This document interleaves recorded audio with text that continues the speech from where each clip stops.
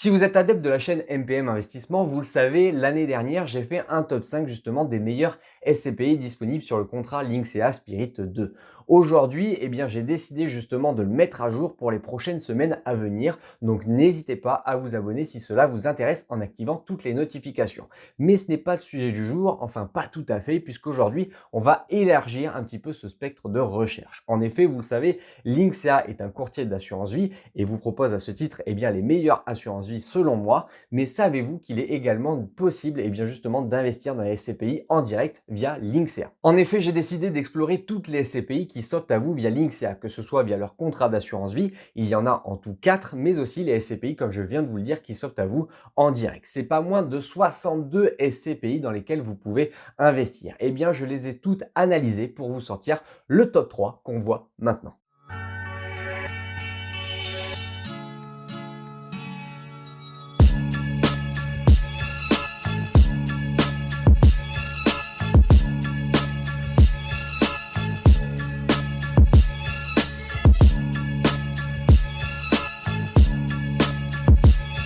Avant de vous annoncer ce top 3, il faut comprendre justement les différents critères de sélection que j'ai mis en place afin de voir si cela vous correspond. Premièrement, je vous le rappelle, nous sommes des investisseurs. Alors le critère numéro 1, ça va être quand même le rendement et plus précisément le rendement net de frais de gestion. En effet, tous les rendements qui sont affichés sur les SCPI sont les rendements nets de frais de gestion. Cela comprend la gestion du parc immobilier, mais aussi par exemple les travaux ou encore les taxes foncières. Bref, il faut bien comprendre que ces rendements sont déjà nets de frais de gestion, donc pas besoin de les rentrancher par la suite. En 2024, le rendement moyen net de frais de gestion se situe aux alentours de 4,52%.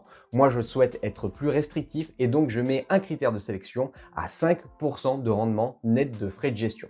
Alors, petite information, je ne prends pas en compte justement la fiscalité qui est propre à chacun et cela rendrait justement ce top 3 un petit peu trop lourd. Le deuxième critère de sélection, ça va être le ratio de souscription. En effet, justement, là, vous allez acheter des parts de SCPI, mais il faut bien comprendre que derrière, il y a un bien immobilier. Et qui dit bien immobilier dit forcément viser long terme. En effet, pour une SCPI, il n'a vraiment pas d'intérêt que vous fassiez de l'achat-revente de ces parts. Et donc, pour éviter cela, certaines SCPI pratiquent justement des frais de souscription.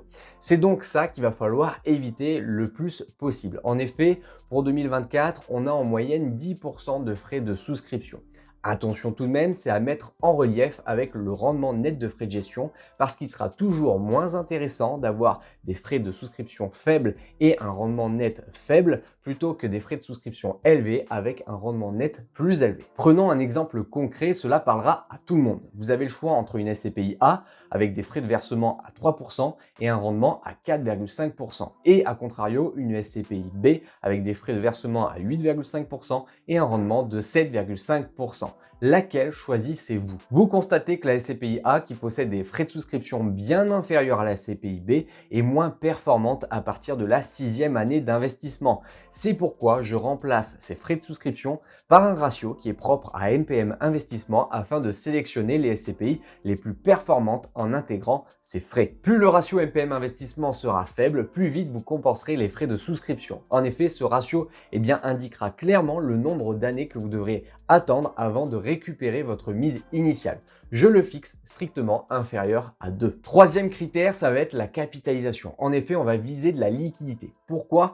Tout simplement parce que si vous avez de la plus-value latente, et j'insiste sur le mot latente, vous allez avoir des difficultés à le revendre si la SCPI ne possède pas beaucoup de liquidité. En effet, si vous n'avez personne pour acheter vos parts, vos plus-values, vous pouvez l'oublier. C'est une plus-value latente et même c'est peut-être une perte sèche finalement. Là, on va chercher des SCPI à forte capitalisation pour avoir de la liquidité et donc multiplier les chances d'avoir un rachat de nos parts par un nouvel investisseur et donc transformer cette plus-value latente en plus-value réelle.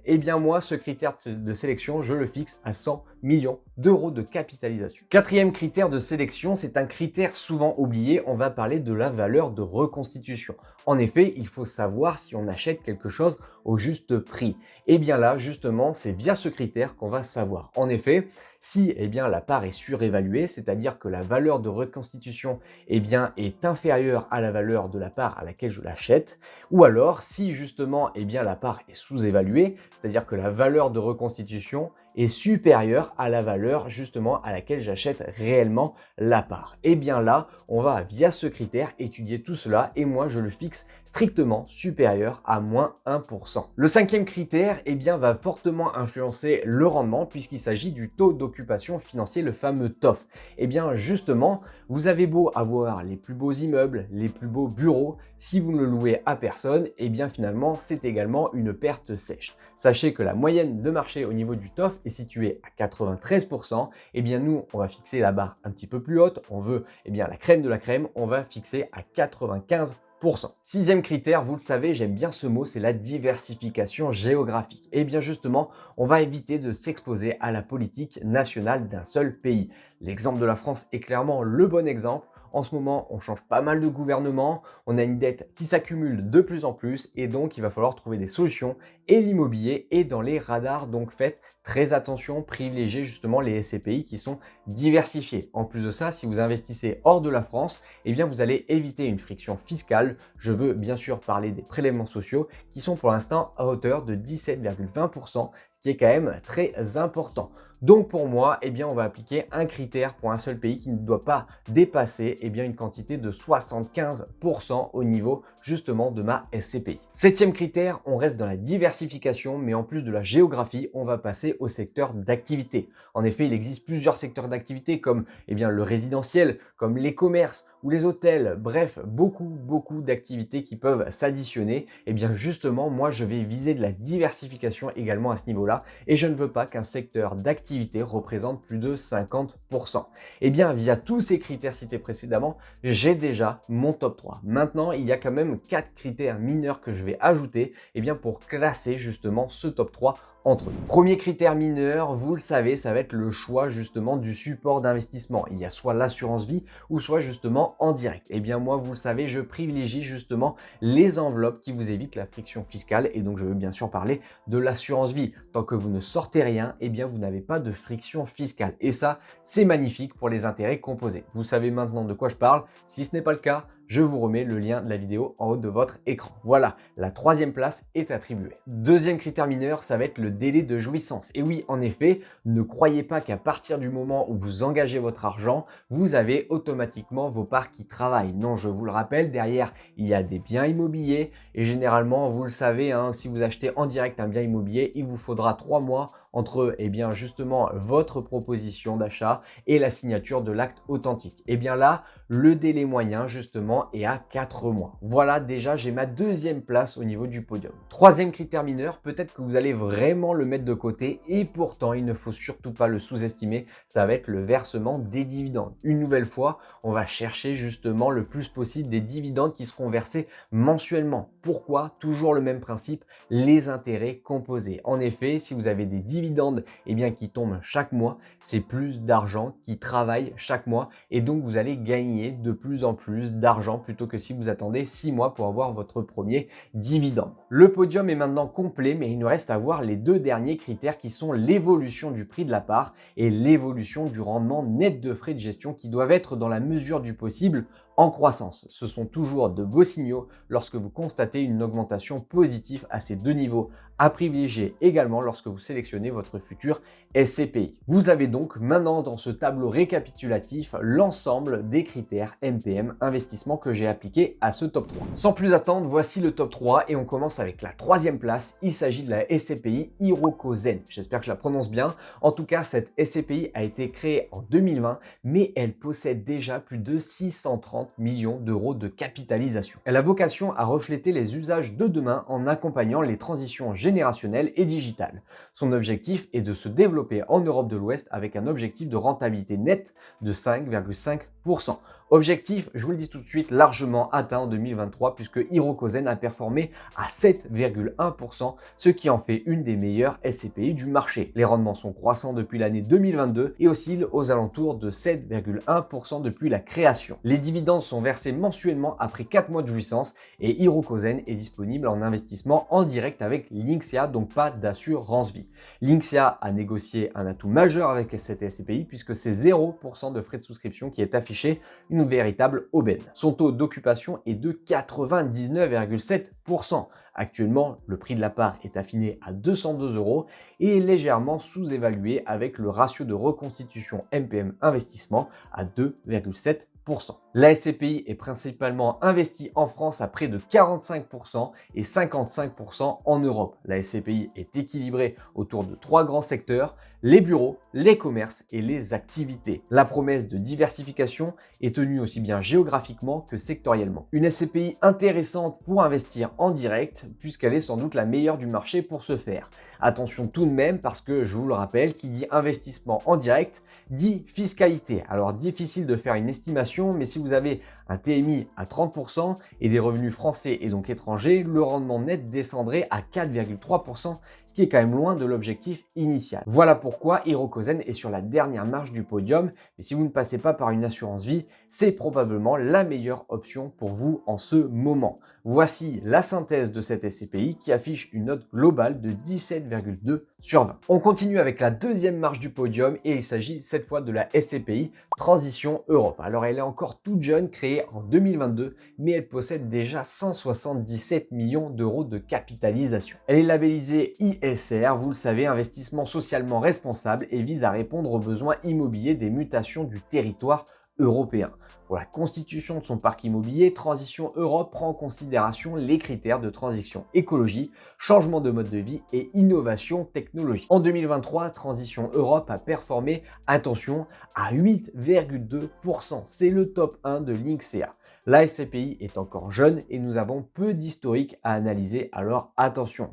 Les dividendes sont versés trimestriellement après 6 mois de jouissance et Transition Europe est disponible sur l'assurance vie l'INSEA Avenir 2. L'INSEA a négocié en plus de ça des frais de souscription à 10% et un ratio de souscription à 1,36%. Son TOF est de 100%. Actuellement, le prix de la part est affiché à 200 € et semble être assez juste au niveau de son prix puisque le ratio de reconstitution de MPM Investissement se situe aux alentours de 0,8%. La SCPI est principalement investie aux Pays-Bas, puis il y a l'Allemagne et enfin l'Espagne. La SCPI est principalement présente dans le secteur des bureaux, mais aussi de l'hôtellerie, la santé et enfin le commerce et la logistique. La promesse de diversification est donc aussi bien tenue géographiquement que sectoriellement. Transition Europe termine donc à la seconde place car le délai de jouissance et la fréquence de versement des dividendes sont quand même bien loin des objectifs cibles, mais il n'y a quand même aucune fiscalité immédiate via le support d'investissement qui est l'assurance vie. Alors voici le tableau récapitulatif de cette SCPI. 16,5 sur 20 pour elle. Petite information MPM Investissement, sur l'INSEA Avenir 2, les dividendes versés ne sont pas à 100%, donc faites très attention, ils sont à 85%. Une donnée qui fait quand même bien la différence, notamment par rapport à la première SCPI de ce classement. La première place de ce classement, la voici, la voilà, il s'agit ni plus ni moins de Remake Live. En effet, elle est aussi jeune que Transition Europe, puisque créée également en 2022. Par contre, elle ne cesse de doubler chaque année sa capitalisation pour avoisiner maintenant les 448 millions d'euros. C'est considérable. Elle a un cœur de stratégie basé sur la diversification et se positionne en plus des secteurs habituels sur de l'immobilier résidentiel, ce qui est quand même tout à fait rare pour une SCPI et cible les aires urbaines de plus de 250 000 habitants, aussi bien en France qu'en Europe. Les objectifs sont clairs, le temps long et les investissements dans les territoires en mutation afin de chercher de la performance.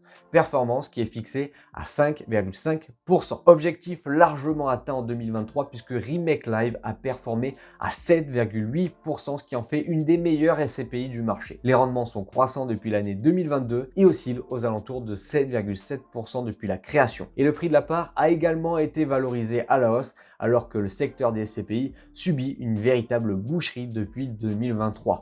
Quand je vous dis que tous les feux sont au vert en ce moment pour Remake Live, c'est pas pour rien. Les dividendes sont versés mensuellement après 4 mois de jouissance et Remake Live est disponible sur les 4 supports d'assurance vie de l'INSEA. Rien que ça. L'INSEA négocie en plus un atout majeur avec cette SCPI puisque c'est 0% de frais de souscription qui est affiché, ce qui explique probablement sa croissance record. Son taux d'occupation est de 100%. Actuellement, le prix de la part est affiché à 204 € et semble être au juste prix puisque le ratio de reconstitution est de moins 0,3%. La SCPI est investie en France, mais aussi au Royaume-Uni, en Espagne et en Irlande et même sur quelques pays européens. La SCPI est principalement exposée au secteur des bureaux, puis s'ensuit la logistique, la santé et le commerce. La promesse de diversification est tenue aussi bien géographiquement que sectoriellement. Une SCPI qui décroche quand même la première place puisqu'elle remplit tous les critères. C'est un 20 sur 20, alors chapeau à Remake Live. Voilà, vous avez maintenant mon top 3 des SCPI chez Linksea. Attention tout de même, ce n'est pas un conseil en investissement. Faites bien vos propres recherches, vérifiez si les critères de sélection vous correspondent. Mais en tout cas, via les critères que je me suis fixés, ce top 3 est celui que je vous ai donné. Si vous deviez retenir une seule chose de cette vidéo, l'investissement dans la pierre papier est un excellent moyen de diversifier votre portefeuille sur l'immobilier. L'avantage des SCPI par rapport aux autres investissements immobiliers, c'est que là, on est sur de l'investissement 100% passif. Et oui, en effet, fini les tracas des différents travaux, des choses à régler en temps et en heure, la SCPI s'occupe de tout pour vous. Vous n'avez juste, entre guillemets, qu'à apporter votre argent et bien sûr, faire les bons choix de sélection. En plus, vous pouvez également faire travailler l'effet de levier. En effet, vous pouvez faire travailler la dette puisque vous pouvez acheter des SCPI en direct. Attention, via les contrats d'assurance vie, ce n'est pas possible. Voilà pour mon top 3. J'espère qu'il vous a plu. Si vous êtes d'accord avec ce top 3 ou si vous voyez justement une autre SCPI qui pourrait faire l'affaire, n'hésitez pas à me le dire en commentaire. Ça récompensera mon travail. D'ici là, n'hésitez pas également à vous abonner pour la prochaine vidéo qui sort comme à chaque fois la semaine prochaine. Réfléchissez, investissez, devenez riche. C'était Mathias. Ciao, ciao.